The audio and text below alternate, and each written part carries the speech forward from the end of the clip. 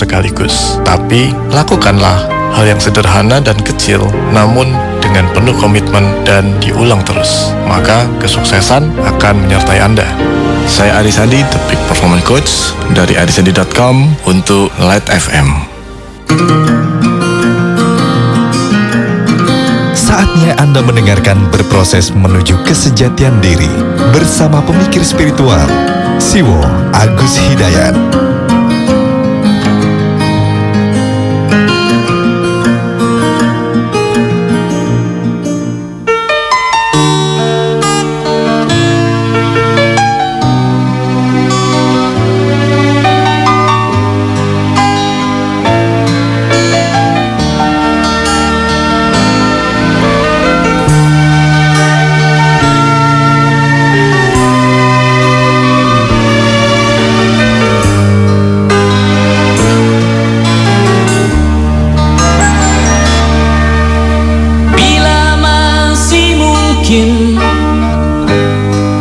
Kita menorehkan bakti atas nama jiwa dan hati tulus ikhlas. Mumpung masih ada kesempatan buat kita mengumpulkan bekal perjalanan abadi. Ho ho ho, du du du du du du, du du du du du du du, ho ho ho ho. Kita pasti ingat tragedi yang memilukan. Kenapa harus mereka yang terpilih menghadap? Tentu ada hikmah yang harus kita petik. Atas nama jiwa, mari heningkan cipta.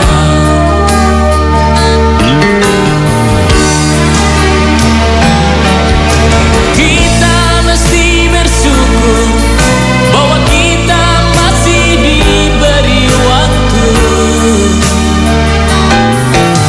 Entah sampai kapan, tak ada yang bakal dapat menghitung. Hanya atas kasih-Nya, hanya atas kehendaknya, kita masih bertemu matahari. Kepada rumpun dilalang, kepada bintang gemintang, kita dapat mencoba meminjam catatannya. Sampai kapan kegerangan waktu yang masih tersisa? Semuanya menggeleng, semuanya terdiam, semuanya menjawab tak mengerti. Yang terbaik hanyalah segera bersujud, mumpung kita masih diberi waktu.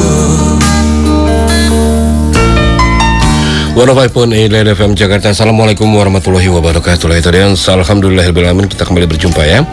Kita sharing lagi di Kamis malam ini tanggal 13 Juni 2013 bersama teman sharing kita Siwo Agus Hidayat. Dan seperti biasa saya Sam Onyx ditemani oleh Jack Plam-Plam sebagai produser saya dan teknisi kami Isnadi Lambada Tera. Oke, Isnadi Lambada Tera. Oke, yang akan terus menemani Anda sampai berakhirnya acara ini. Oke, baik, kita langsung saja sapa Siwo Agus. Assalamualaikum Siwo. Halo Siwo. Siwo. Halo Siwo. Halo. Ya, Siwo gimana kabarnya? Baik ya? Halo, waalaikumsalam. Iya. Ini dengan Mas Sam? Iya, saya dengan Sam. Sam Lambada. Ya, Isnadi Lambada di sini ada. Lambada Tera. Gimana kabarnya Siwo hari ini, malam hari ini? Biasa-biasa. Biasa ya Siwo ya. Tapi yang pasti mudah-mudahan ini sharing dari Light Audience luar biasa Siwo. Oke, langsung saja kita terima di 021 06 ya Jack ya. 021 398 35906. Oke. Ya, assalamualaikum. Halo. Assalamualaikum. Halo, assalamualaikum. Iya, dengan siapa ini? Mas Doni. Iya betul, dengan siapa ini? Light FM. Dengan Doni. Doni Tangerang ya. Iya. Oke, silakan Don. Iya, assalamualaikum Siwo. Waalaikumsalam warahmatullah. Iya, mau sharing nih Siwo. Iya. Ini Siwo,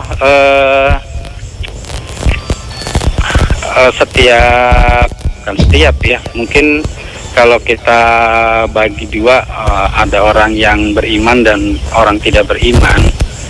Itu manakala anggota fisiknya ada yang terluka, ya, itu pasti dia akan menderita sakit. Itu pasti seperti itulah, orang yang beriman ataupun orang yang tidak beriman pasti sama akan menderita sakit. Tapi kenapa ya Siwo ya? Misalkan orang yang tadi beriman dan tidak beriman, manakala dia jauh dari Tuhan atau melakukan maksiat, tetapi terjadi perbedaan di sana gitu sih, Wah. Jadi ada orang yang manakala dia jauh dari Tuhan, dia merasa menderita, tetapi ada orang yang jauh dari Tuhan, ya biasa-biasa aja gitu sih, Wah. Jadi menurut Siwo, yang dimaksud cerita itu apa sih Siwo, konsep cerita, dan kenapa bisa seperti itu ya Siwo? Mohon sharingnya Siwo ya. Ya, yang maksudnya poinnya adalah yang dimaksud dengan berita antara orang yang beriman dan tidak beriman, begitu ya? Iya, terutama di wilayah tadi apa namanya? Antara ingat dan tidak ingat sama Tuhan begitu. Tuhan, betul. Oke. Itu kok beda pada saat dia merasakan cerita fisik gitu. Siwo bisa Mungkin ditangkap ya Siwo ya? Semuanya. Oke, baik, terima kasih Doni di Tangerang. Assalamualaikum. Baik, silakan Siwo, kita langsung buka acara sekalian kita. Wah, penanya Doni pertama tadi. Sambil Iya. acara. Monggo. Bismillahirrahmanirrahim. Assalamualaikum warahmatullahi wabarakatuh. Bismillahirrahmanirrahim. Walhamdulillahirabbil alamin. Wassallallahu ala rasulil karimi wa alihi tahirin. Wala haula wala quwata illa billahil aliyil azim. Rekan-rekan semua, para Light Audience beserta seluruh staf dan keluarga besar Light FM, kita ketemu lagi, kita sharing lagi sebagaimana biasa bersama saya Siwo Lambada. Enggak kurang, bersama teman sharing Anda, sekedar teman sharing, bukan narasumber, bukan rujukan. Apa yang akan saya sampaikan adalah benar, tapi benar sebatas kemampuan saya memahami, belum kebenaran yang sebenarnya, belum kebenaran yang menurut hadis, menurut ayat, apalagi menurut Quran, menurut Rasul, menurut Islam, apalagi menurut Allah, belum. Baru menurut saya, wilayahnya relatif, belum ada jaminan pasti benarnya, tapi benar menurut saya. Sehingga boleh diterima, boleh ditolak, boleh dikritik, boleh diperbaiki. Mohon tidak tergesa-gesa menerima ataupun menolak sesuatu. Kita mulai dari Mas Doni di Tangerang. Orang beriman dan orang yang tidak beriman pada saat fisiknya luka sama-sama sakit. Namun orang yang dekat dengan Allah biasa-biasa saja, sementara orang yang jauh dari Allah merasa menderita. Nah, pertanyaannya, derita itu apa sih? Ya, menderita. Sakit, kita tahu kan, sakit Tapi sakit itu ada sakit fisik, termasuk indera, sakit mata, sakit telinga, dan lain-lain. Ada sakit yang lebih serius, dan karena lebih serius tidak mudah untuk dirasakan. Beda dengan sakit fisik, karena sakit yang tingkat rendah mudah sekali dirasakan. Begitu fisik kita luka, langsung sakit itu mudah dirasakan. Ada juga penyakit fisik tapi kelasnya lebih tinggi sehingga juga lebih sulit dirasakan. Contohnya adalah kanker misalnya begitu ya. Jadi semakin serius, semakin mutu penyakit itu semakin tinggi, itu semakin sulit dirasakan. Dan penyakit yang lebih berbahaya adalah yang lebih sulit untuk dirasakan. Ya, penyakit fisik seperti itu. Ada penyakit pada diri kita yang lebih berbahaya tapi lebih sulit dirasakan, yaitu penyakit pikiran. Ya, tidak mudah untuk bisa merasakan bahwa pikiran saya sakit. Ya, ada pepatah yang mengatakan, maksud hati memeluk gunung, apa daya pikiran saya sakit. Ya.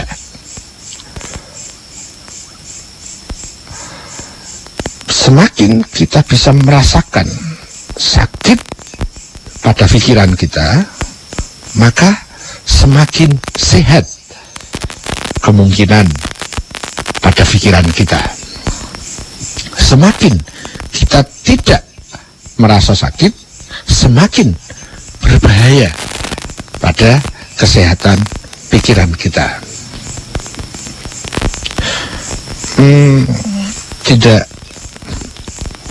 Tidak anonim, tapi ada kasus pada orang gila.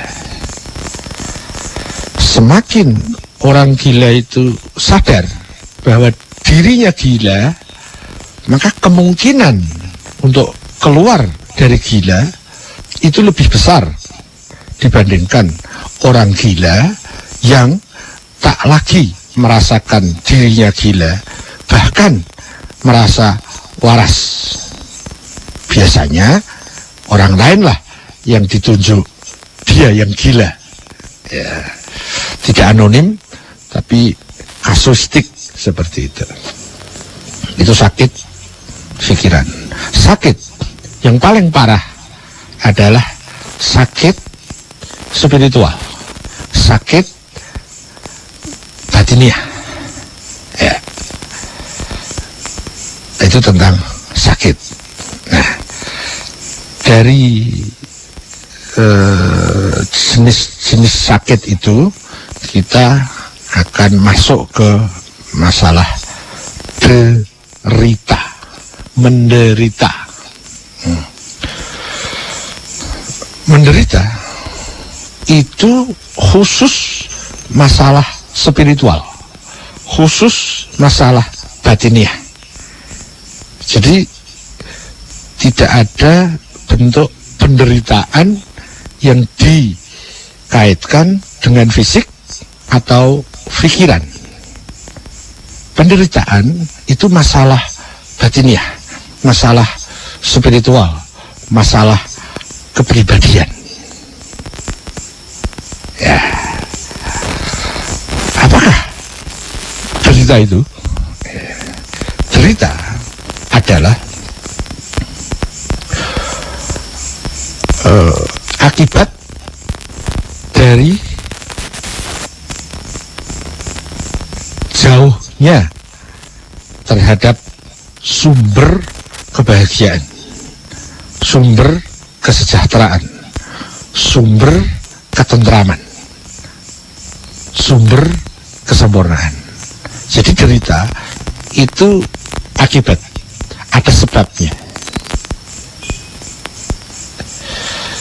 Kalau sebabnya kita jauh dari sumber panas, maka akibatnya kita kedinginan. Kedinginan adalah akibat karena kita jauh dari sumber panas. Sumber panas itu bisa macam-macam, bisa kompor, bisa matahari, dan lain-lain. Juga kalau kita jauh dari sumber dingin, maka kita akan akibatnya panas. Ya, derita itu akibat karena kita jauh dari sumber kesejahteraan, sumber ketentraman, sumber kebahagiaan. Semakin kita jauh, maka akibat derita itu semakin besar. Ya. Jadi itu di situ ada hukum sebab akibat. Semakin kita dekat dengan sumber tentram, sumber damai, sumber bahagia, maka otomatis derita akan semakin tereliminir dan masuklah akibat-akibat kedamaian, ketentraman, kesejahteraan, keindahan, kebahagiaan. Ya, itu yang saya pahami tentang derita. Sehingga pada orang yang dekat dengan sumber kebahagiaan, meskipun fisiknya sakit, dia biasa-biasa saja. Bahkan itu bisa menjadi fungsional di dalam proses dirinya. Bisa menjadi kafaroh, pembersih kepribadiannya. Bisa menjadi penyeimbang untuk kekotoran-kekotorannya. Bisa menjadi penghapus dosa-dosanya. Ya, bahkan nanti sakit tingkat yang paling tinggi pada fisik itu namanya mati. Atau di bawah stadium itu pingsan. Sakit yang sangat, maka kita akan pingsan. Dan top dari sakit itu batasannya adalah mati. Berarti tidak kuat lagi fisiknya untuk menerima beban itu. Ya. Saya tidak mengatakan bahwa orang mati pasti sakit. Tidak. Tingkat sakit fisik yang tertinggi adalah mati. Bukan berarti orang mati pasti sakit. Beda ya. Ya.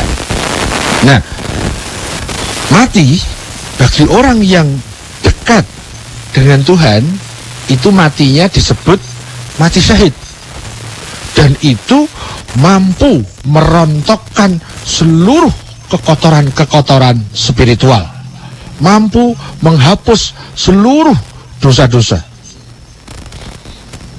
Ya, kecuali dosa yang masih menggantung. Misalnya dosa kepada manusia yang belum minta maaf, atau hutang yang belum dibayar, atau janji yang belum dipenuhi.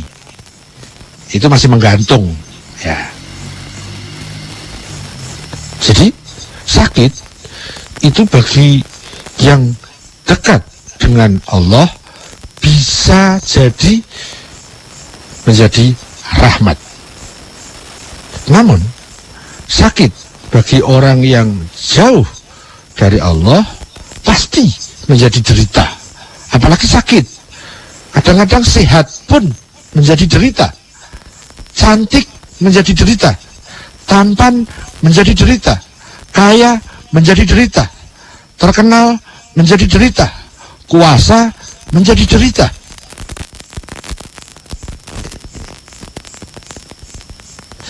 Derita atau tidak derita itu kaitannya dengan dekat atau jauhnya seseorang kepada sumber kebahagiaan. Semakin jauh dari Tuhan, semakin derita itu akan tampil lebih banyak. Semakin dekat dengan Tuhan, derita semakin jauh dari dirinya, dan kebahagiaan semakin tampil dalam kepribadian kita. Itu yang saya pahami tentang derita. Lalu akar masalahnya adalah dalam diri kita ini hanya ada kemungkinan dua, hanya ada dua opsi. Kita mau mendekat kepada Allah atau mendekat kepada keakuan diri kita. Hanya ada dua kemungkinan. Kita dikuasai Tuhan atau kita dikuasai oleh ego kita. Tuhan yang berkuasa atau ego yang bertahta. Hanya ada dua kemungkinan. Pada saat ego kita yang berkuasa, maka kekuasaan Tuhan menjauh dalam diri kita. Begitu kita memasukkan kuasa Tuhan bertahta dalam diri kita, ego kita akan menjadi hambanya. Hanya ada dua.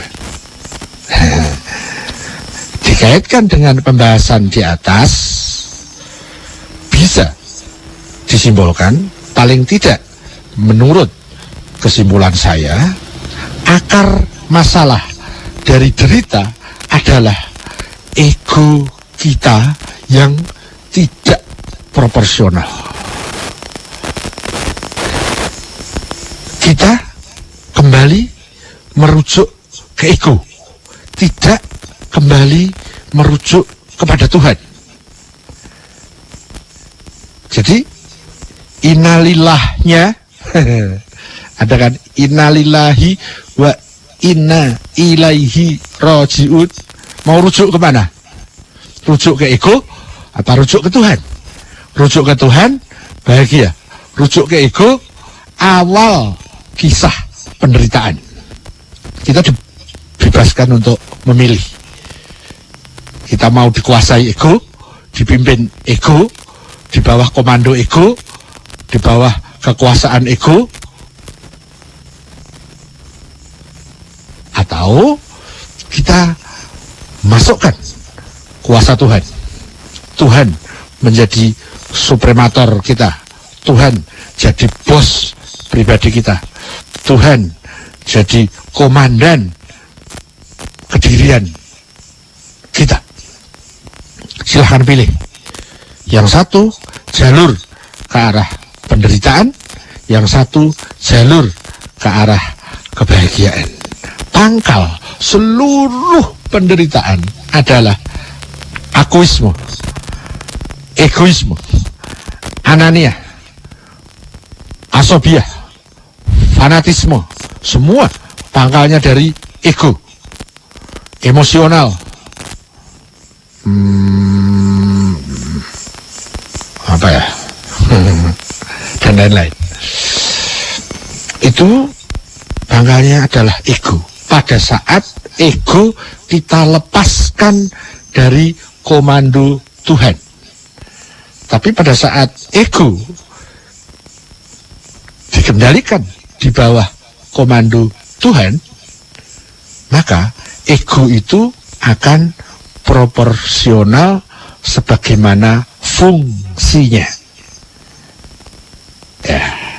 Apakah penderitaan? Penderitaan adalah akibat dari kita memanjakan ego kita. Kita memanjakan keakuan kita, memanjakan keinginan-keinginan kita, memanjakan harapan-harapan kita, memanjakan target-target kita, dan tidak kita naungi dengan nilai-nilai nurani, nilai-nilai kebenaran, nilai-nilai ketuhanan yang berpusat pada Tuhan. Itu yang bisa saya sharingkan. Selamat berbahagia bagi yang kembali kepada Allah, dan selamat berduka cita bagi yang kembali kepada diri egonya. Lanjut, Bung. Iya. Baik, dan tadi kita masih punya waktu cukup panjang ya di sesi ini. Silakan, Anda masih bisa menggunakan telepon kami di 02139835 906. Oke, sampai kedengeran sih, nyeruput kopinya. Ya silakan, itu dia 02139835 906 bisa Anda pergunakan lagi untuk di SMS. Nanti mungkin di sesi kedua ya akan kita sharingkan. Oke, silakan. Gimana tuh? Masa nggak denger toh? Kenapa? Orang jelas sih, jelas banget. Iya, assalamualaikum. Oke, silakan. Ini ada sinyalnya tapi kok susah keluar ya. Oke. Iya, Pak Isnadi tolong dibantu ya untuk main teleponnya nih di 02139835 906. Oke, silakan. Iya baik, dan ya di 06 ya tadi 02139835 906. Belum ada ya? Oke, baik. Dan kalau gitu gimana sih, apa kita bacakan SMS atau kita tunggu saja? Kita tunggu. Kita tunggu ya. Kalau tidak ada, ada ganti acara. Assalamualaikum. Halo, assalamualaikum. Halo, assalamualaikum. Halo. Iya, kelihatannya kita coba ini lagi, yang lainnya silakan. 02139835 906. Bagi Anda yang ingin sharing bersama Siwa Agus Hidayat malam hari dalam berproses menuju kesejatian diri. Assalamualaikum. Waalaikumsalam. Dengan siapa ini? Dengan Sumira di Kalideres. Siapa? Sumira. Sumiran. Oke, Mas Sumiran di Kalideres ya, silakan. Sugeng dalu Pak Di. Sugeng dalu. Kopinya kayaknya seger banget nih, barusan Masan juga dengerin. Maaf ya, saya nggak nyadar. Begini Siwo, mau minta disaringkan ini apa ya? Pengamatan saya, apa ya? Orang kayaknya sih hampir tidak mungkin orang memiliki 3 kriteria. Yang satu spiritual, yang satu material gitu, terus yang satu intelektual gitu. Jadi selama ini saya belum pernah menemukan orang yang ketiga-tiganya punya itu gitu. Apakah memang karena memang spiritual itu non material, karena itulah maka dia tidak bisa bersatu, atau menurut Jiwo bagaimana? Oke. Begitu saja, Mas Sumiran. Termasuk masa mungkin juga mau juga itu kalau ketiga-tiganya. Oh iya bisa, dong pasti. bisa. Ini pertanyaannya mantap sekali nih Mas Sumiran nih. Semantap kopinya Siwo ya. Oke Mas Sumiran, terima kasih. Assalamualaikum. Silakan Siwo. Ya. Mas Sumiran, kayaknya saya baru sekali ini dapat pertanyaan dari Mas Sumiran. Tapi kelihatannya beliau ini sudah cukup lama monitor dari karakter pertanyaannya. Saya garis bawahi, tidak mungkin ada orang yang memiliki 3 kriteria. Nah, kata tak mungkin itu saya garis bawahi. Karena kalau sudah dibilang tak mungkin, itu berarti hilanglah kemungkinannya. Ya. Kalau pakai kalimat saya, lebih baik begini, mungkinkah? Itu lebih enak. Kalau kita sudah membatasi tidak mungkin, nah, kita sudah jadi hakim tuh kan. Tapi saya tidak akan bahas ke situnya. Di akhir kalimat yang sempat saya catat, apakah memang seperti itu? Karena spiritual itu non material. Ya, ini menguatkan kesimpulan di kalimat awal. Tidak mungkin. Nah, karena seperti itu, gitu kan? Menurut saya, sepanjang yang saya pahami,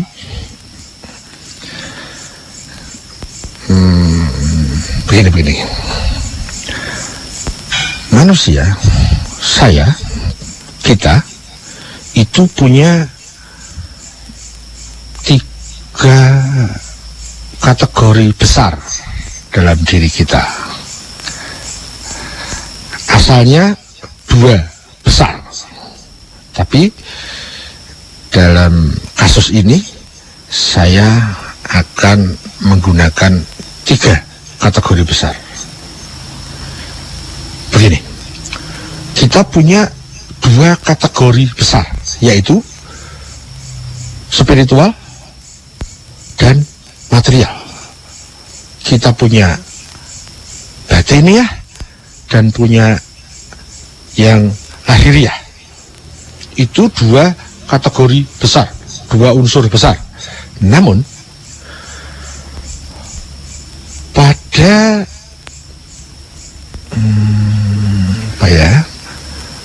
titik kritis, ya, di titik materi yang paling canggih dan di titik spiritual yang paling rendah, di sana bertemu yang disebut dengan otak. Syaraf otak. Itu pertemuan antara diri kita yang material dan diri kita yang spiritual. Syaraf yang paling halus merupakan fisik yang paling canggih,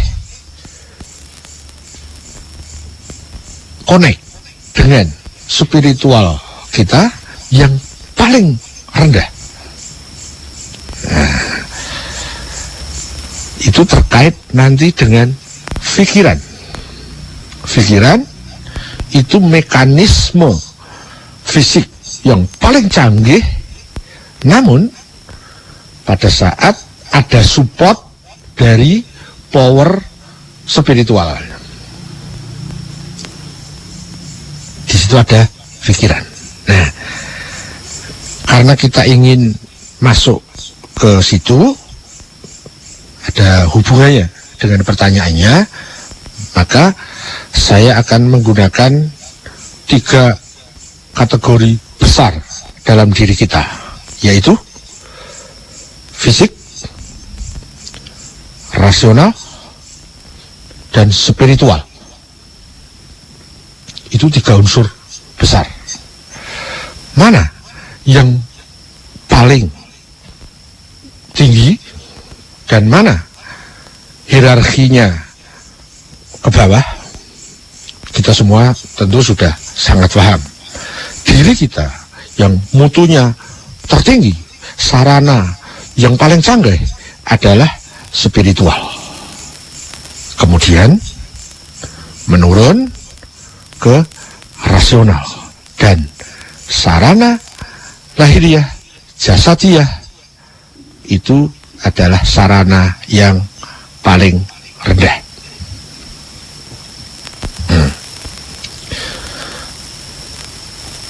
Kalau dipertanyakan, siapa yang menguasai diri saya?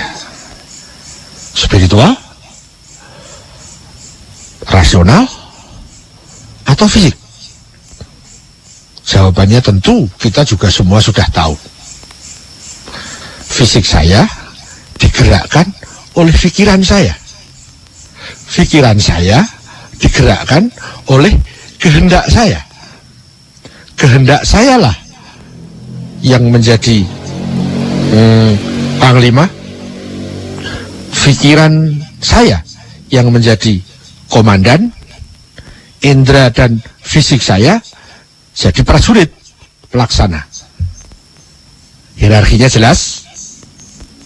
Spiritual itu lebih tinggi dari rasional, rasional lebih tinggi dari indera dan fisik.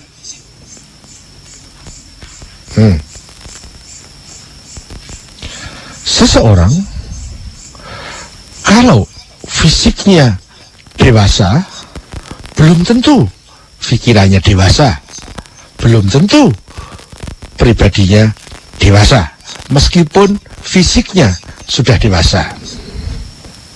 Hukum itu tidak bisa dibalik. Kedewasaan fisik itu jauh lebih mudah dicapai, asal umur kita panjang, maka otomatis fisik kita jadi dewasa. Tetapi untuk dewasa rasional, dewasa pikiran kita itu lebih sulit. Ya, kalau tidak ada ikhtiar, perjuangan ke arah itu, maka meskipun fisiknya sudah dewasa, tapi pikirannya kanak-kanak. Nanti ada lagi, fisiknya dewasa, rasionalnya dewasa, tetapi spiritualnya anak-anak. Sudah dewasa, gagah, ganteng, cantik, pandai, rasionalnya dewasa, tapi spiritualnya anak-anak. Ya, lebih sulit lagi itu untuk mendewasakan pribadi kita, mendewasakan spiritual kita. Lebih sulit dibandingkan mendewasakan rasional kita, pikiran kita. Itu kita lihat dari bawah ke atas. Sekarang kita balik. Kalau spiritualnya dewasa, apakah pikirannya dewasa? Menurut saya pasti. Ya. Kenapa? Karena pikiran itu tadi ya ada pada batas limitasi pertemuan antara fisik yang tercanggih, syaraf-syaraf paling halus, dengan power dari spiritual kita. Bisa dari nafas, bisa dari nurani. Terjadilah mekanisme dalam otak yang disebut pikiran. Kalau spiritualnya dewasa, otomatis pikirannya dewasa.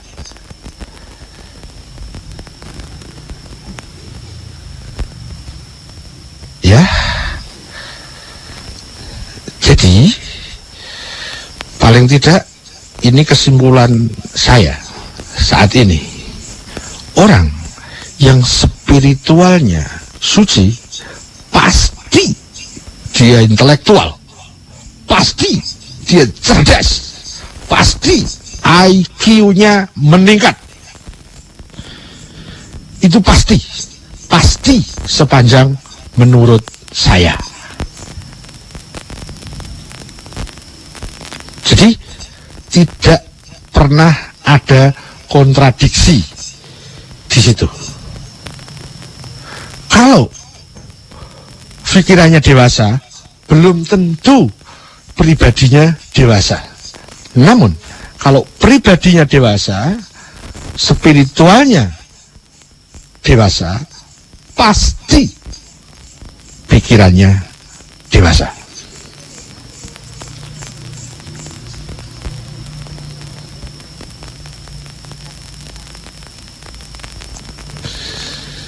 Saya memahami tidak ada kontradiksi di situ. Ya.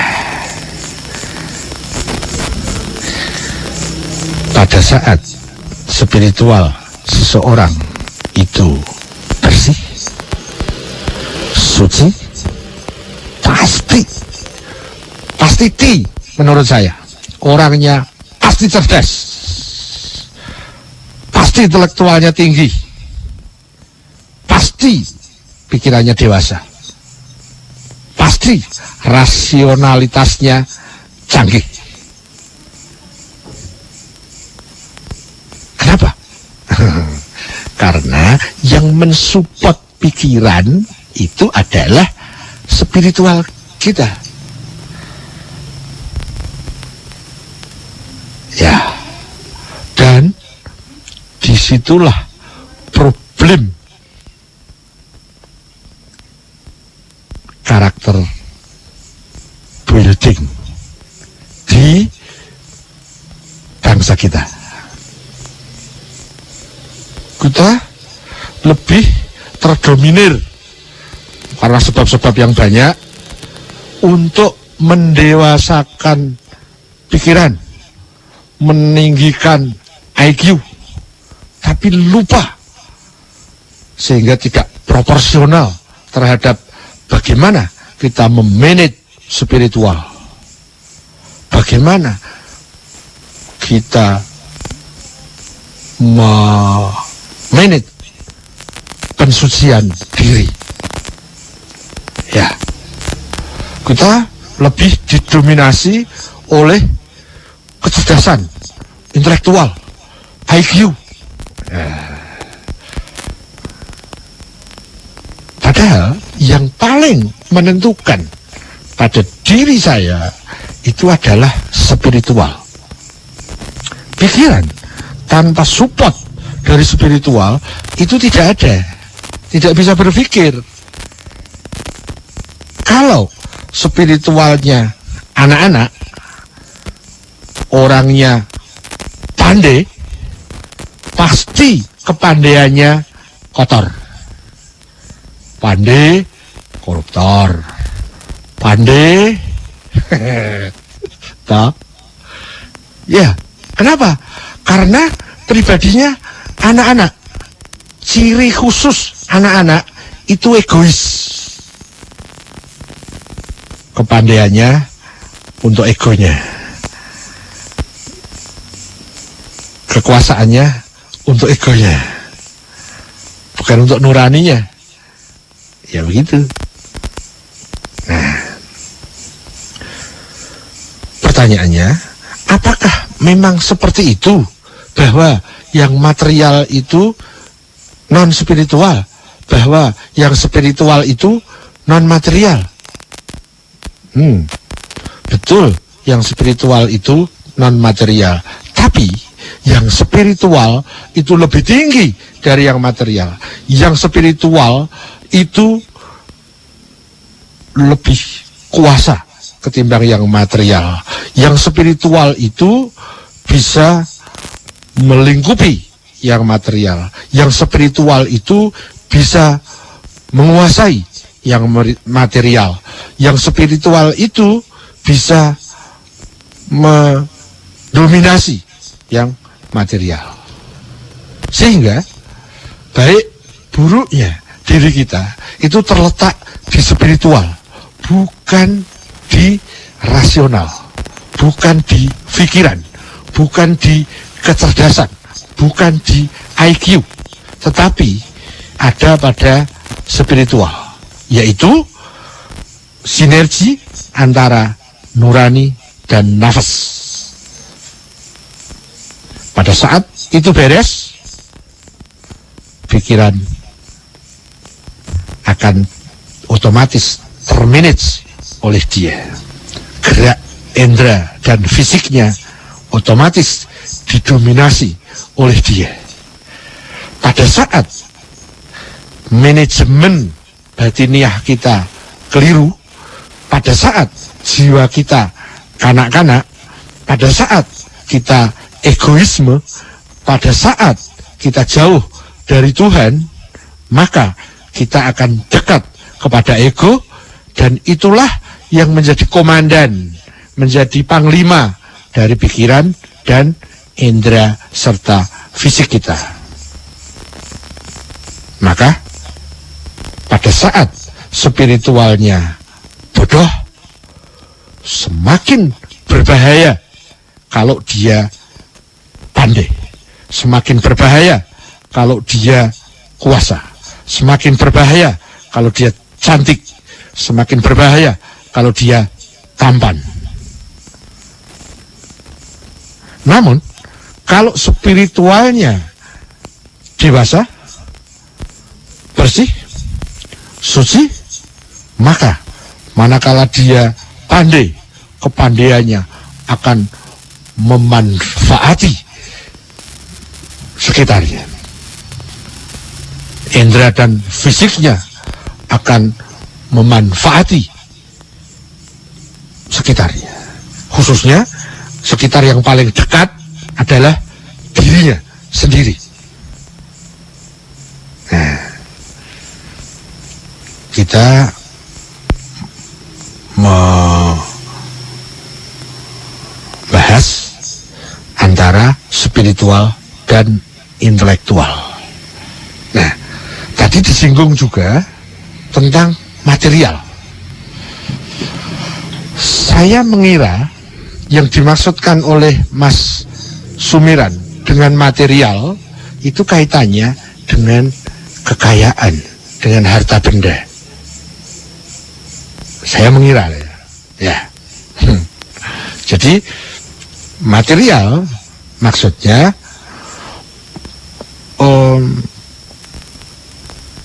tidak mungkin, maaf ya, saya koma ya, kembali ke tadi, tidak mungkin seseorang memiliki 3 kriteria.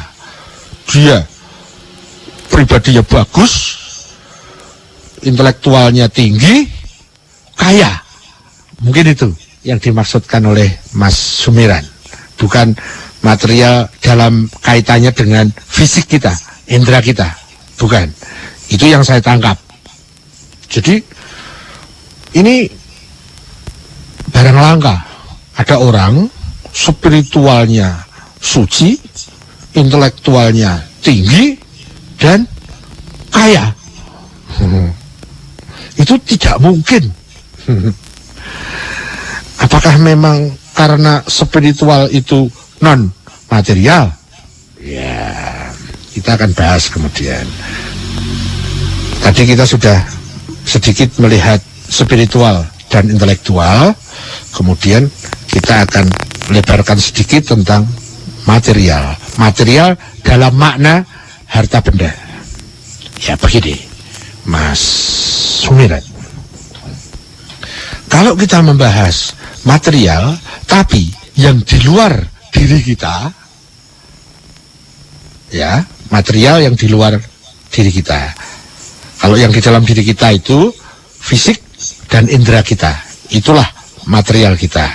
Kita akan melihat material, tapi yang di luar unsur diri kita, seperti harta, benda, ya, uang, itu termasuk alat tukar harga dan benda, harta benda. Ya, begini.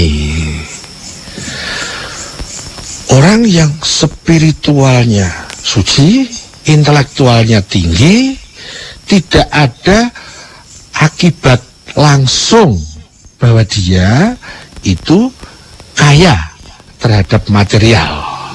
Tidak ada. Beda dengan yang spiritualnya suci, intelektualnya tinggi. Itu ada hukum sebab akibat langsungnya. Tapi kalau terhadap yang di luar diri kita, itu tidak ada hubungan sebab akibat secara langsung. Ya. Kecuali kalau budaya masyarakat kita, budaya spiritual masyarakat kita, budaya pikiran masyarakat kita, budaya perilaku masyarakat kita, itu semuanya normal, semuanya wajar, semuanya baik, maka pasti orang yang paling kaya adalah yang spiritualnya paling tinggi. Tetapi karena masyarakat realitasnya tidak begitu, sehingga orang yang jujur mudah dijegal oleh orang yang tidak jujur. Orang yang amanah mudah ditipu oleh orang yang khianat. Orang yang disiplin terhadap hukum, dia dibatasi oleh hukum-hukum secara fisik, material, dia mudah dikalahkan oleh orang yang halal menggunakan segala cara. Tapi hanya berlaku pada material, tidak berlaku pada rasional, dan tidak berlaku pada spiritual. Itu hanya berlaku pada material. Pedagang yang jujur itu mudah kejujurannya dipangkas dengan itu, akibat dari kejujuran dipangkas, dijegal oleh sebab-sebab ketakjujuran orang lain. Di dunia material, betul orang yang jujur itu rugi di bidang material, namun itu memperkaya pribadinya. Ya, sementara orang yang mengekos material orang lain, orang jujur itu mestinya lebih kaya karena dijegal oleh yang tidak jujur. Yang tidak jujur lebih mudah untuk kaya, tetapi itu memperkotor pribadinya, memperburuk dirinya, memperbesar derita hidupnya, dan mempersempit jalur ke arah